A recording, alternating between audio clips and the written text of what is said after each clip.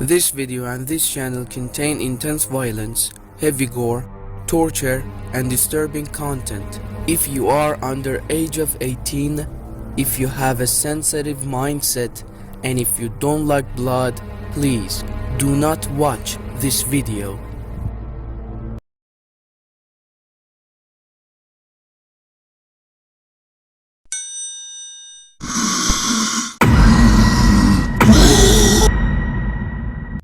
The killer, still in his transformed high-speed form, was running relentlessly. His speed made him almost invisible to the naked eye.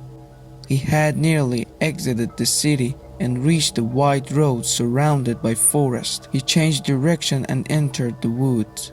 But suddenly, without any clear reason, a flash of black and white light burst from his body, and he turned back into his human form.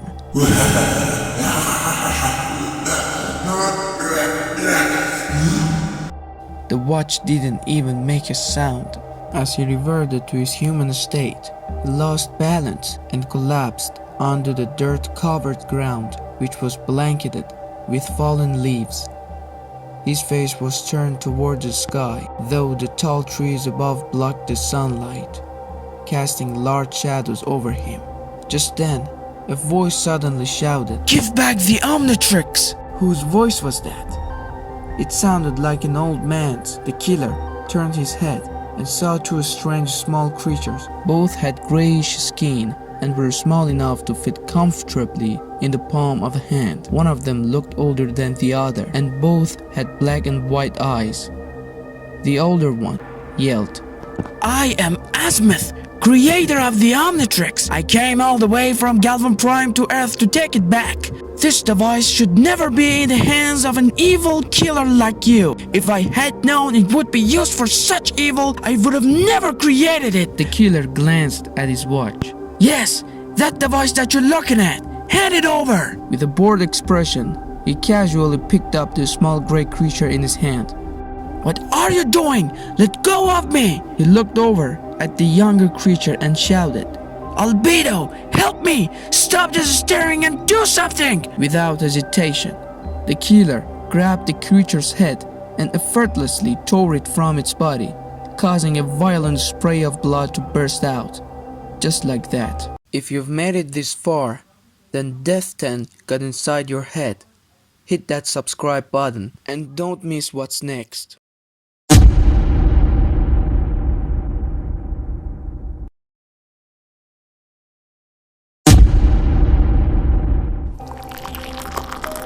He tossed the lifeless body aside and turned his gaze toward the other creature. The remaining one spoke.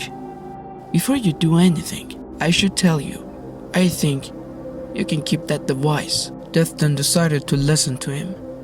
"You know, I don't have any problem that you kill. You can keep the Omnitrix. And thanks for getting rid of that creature." The killer was genuinely surprised. "In fact, I think we should rename that device. Let's see, how about Deathtrix? Since you're a killer, the name fits perfectly. But I need to explain how this device, or weapon, or watch, or whatever you want to call it, ended up here. When that arrogant creature Azimuth was building the Omnitrix, I mean the Deathtrix, I had no idea what he planned to do with it. So I secretly took it without him knowing and sent it directly to you."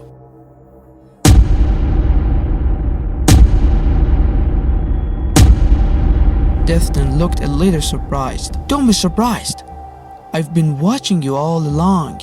I saw how skillfully and terrifyingly you killed people. I was genuinely impressed by how you drowned an entire city in blood, and yet no one could find you. So I started to like you. My thoughts have always been different from Azimuth's. He wanted to help people, but me, I was something else. I am something else. Now, here's the interesting part. I said Azimuth believed in helping others, But maybe you're wondering why those aliens you turned into look so terrifying. Well, I had to find someone who was truly dark on the inside. So, I made a little modification to the watch, just enough to make sure the user had no mercy in their heart. The truth is, the watch reveals the user's true soul. And your soul is pure darkness. In my opinion, no human deserves to own that device. But at least now, I get to watch humanity fall. That creature was always smarter than me. There was nothing I could do. But you freed me. Take a good look, Mr. Death 10. You're looking at a different Galvan. You're looking at an evil Galvan. I am Albedo, and I will hold the universe in my hands.